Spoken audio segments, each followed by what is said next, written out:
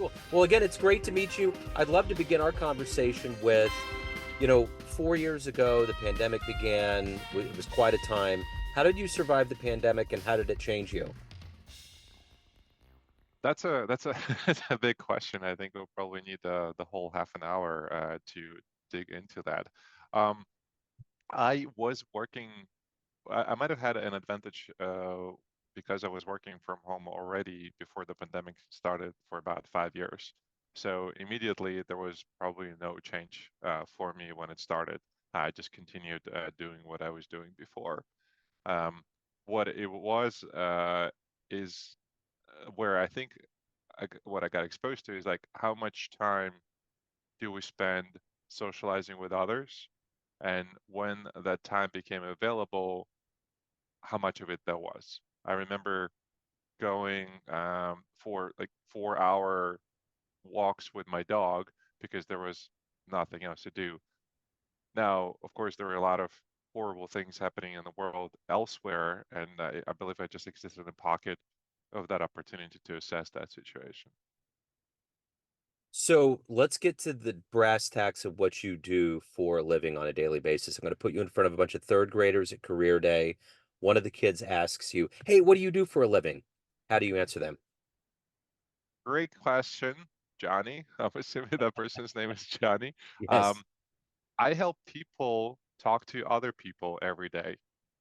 I try to make sure that they don't get into conflicts, that they feel happy every day and find more wonder in various corners of their life. What did you want to be in the third grade? What was your dream? Ooh, that's a good one. Trying to go back to the 90s. Um, I think I was thinking that, wait, well, other kids thinking about wanting to be a firefighter and a police officer, I want to be that? Yeah. And I'm not sure if I reached an answer at that point, um, but I can tell you that sometime later in life, I wanted to be. I didn't want to be. I felt like I was predestined to be a basketball star, but it's Yeah. my teenagehood coming through where you're so confident in yourself, regardless of your skills, that I thought somebody from above would approach like Vladimir, you're so good at basketball. Here is your spot on NBA. And I said, no, no, no. I'd rather focus on other things. Thank you so much. So how did you get to this point? Talk to me about where you were born and raised and how these seeds of helping others, how did all of this and technology, how did this become your life? Sure. Well, I never heard anybody sum up my whole life in those words, but let me try to address it. I would say it was more meandering journey, walking towards light, walking towards strange things, walking towards excitement that got me to where I am right now. I was always interested in technology, and I got my undergrad degrees in computer science and computer engineering. And I was the president of robotics club in college, where I was working on mechanics, electronics, software, all of those combined. Felt that I was pretty good at automation and something that I wanted to do longer. Because of my general ignorance of the job market in my college years, I went into financial sector because that was the most prevalent one in the in New York area, and ended up working for banks for about 8 years in capital markets, in the back office, front office, helping out to design and build trading systems and support them. Then I had a sort of epiphany after doing my MBA that I got exposed to structures ways of doing entrepreneurship. Saying structured means that kind of following a framework, because before that I had small opportunities to do that, but they were more unstructured and they were mostly following the narratives of books and the movies that I've read. So not necessarily something of a framework where I could measure myself. I used to sell chocolates in high school to fellow kids, and I also was a band promoter at some point, being a tour manager of a band, where I thought that the music that I like, everybody else would like. So I ended up organizing that tour and losing a bunch of money. But only if I would have figured out that only that I had to sell things that customers want to consume, not just necessarily me. That would have been quite a reprieve at that point. Um, so after MBA, I got into peer-to-peer lending for a little bit for about 6 months, and then the company didn't really work out. There was no real market. But then after a while, we started a wealth management startup with a couple of co-founders, and that took off. So we grew it from 2 people to 150. We sold it to Franklin Templeton, and then I decided that I wanted to move on from financial space, and I moved into aerospace, which I thought was closer to my heart. And plus, the market trends right now are make things around space so exciting. I couldn't, I didn't want to be left behind from not exploring that opportunity. So who's been? Um, Oh no, go ahead. yeah, so after about 3.5 of years of that, I parted ways with that company and decided to sort of pursue kind of journey of self-exploration. And part of that led me to starting work as an executive coach and empowering those who are struggling either in technology or struggling as founders to find their ways.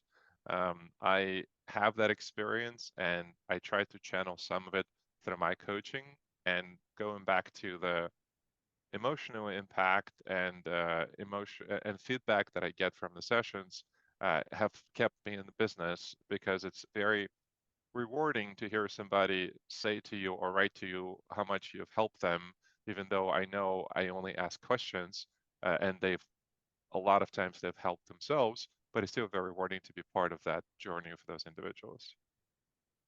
So who's been kind of an inspiration or a hero for you in your life? Hmm. That's a good question. Um, I would say the good part of Elon Musk would be a good one. Yeah. The other part of Elon Musk, I really question. Unfortunately, they're the same person, so I have to figure out how to reconcile that. Um, I'd say Rudyard Kipling's poem "If." Not necessarily support him as a person, because of history looks at different acts we've done in the past differently, but I know that work of art is very powerful, and it kind of gets me through the difficult parts of my life. Um, any sort of explorer without taking their own character, personal traits into consideration um, is incredibly amazing to me, given the risks they've taken to get to where we're at now. And obviously, anybody in space exploration program, I think those people are fascinating. So what is your drive and motivation every day to wake up and to do the work that you do and to also evolve as a person? Mhm. That's a good one. Hunger is a good one. So I have to Yeah. get out of my bed to eat something. Yeah. Otherwise, I don't feel satisfied. Um, as far as going to work, it's hard to sometimes to understand the steps that we take every day, how they amount to the bigger picture. And I have to remind to myself what goals I've set for myself and where I want to be in a couple years. And also realizing that I will not see immediately the outcome of my daily steps. But if I would check in and measure those things every 3, 4 months, 5 months, 6 months, a year, it would be more clear to me of what I have achieved.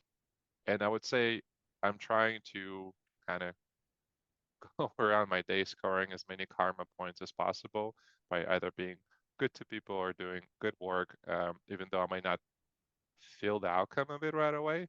In the end, I know that when those thankful emails come in, or somebody thanks me for the work that I do, that would be the result of all the little steps that I've taken in the month prior. So speaking of achievement, what are you the proudest of all the things that you've done as a professional? What are you the proudest of? That's a big question. Um, I hope the biggest things are yet to come. Yeah. I do feel proud of things that I've done as a younger version of myself, where I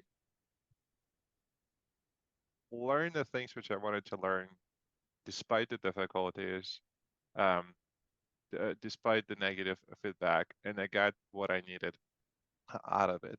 I would say perseverance and learning how to persevere, uh, and teaching how to persevere for others is probably one of the bigger accomplishments. Like we can talk about specific ones, but I feel like they are expression of that perseverance framework, maybe.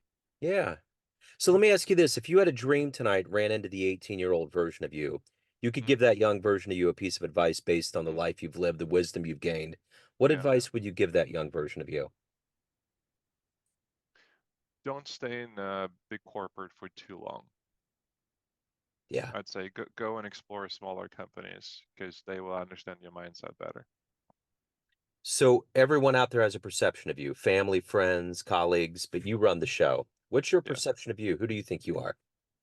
Ooh. I'm not sure if my close relatives completely understand what I do. Especially the ones who maybe perhaps are older and not familiar with approaches that are more common in the markets. Um, I think many of them think I'm just a man of my own thing, and I kind of figure things out and go with them and make it work somehow. And at some point, they question it. I had some close conversation like it with some of my relatives where it's like, do you know what you're doing? You sure you want to do that? That sounds like a lot of risk right there. But I think they got over that and they started to trust sort of some of my or maybe more radical job quitting, new venture starting projects, and kind of fell in line with that.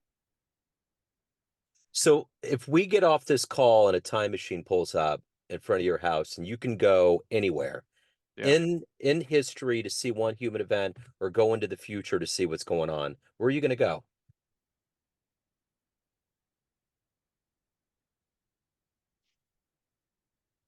I think the future outweighs the past, Yeah.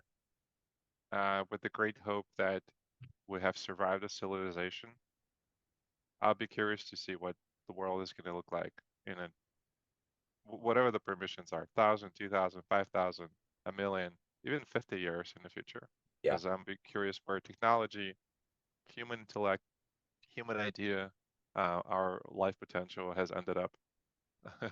Hopefully, we haven't again wiped ourselves out entirely. Yeah. So if anyone wants to hire you, learn more about you, reach out, any of the good business, where do they go? Yeah, that's a good question. So the website is humaninterfaces.co, and I reserved a special link for the listeners of this podcast. So you just add slash neon after humaninterfaces.co/neon to score a free session with me as an executive coach. So we can look at any obstacles that you are currently facing, challenges, or perhaps challenges with perseverance, or going and living the next day of your venture.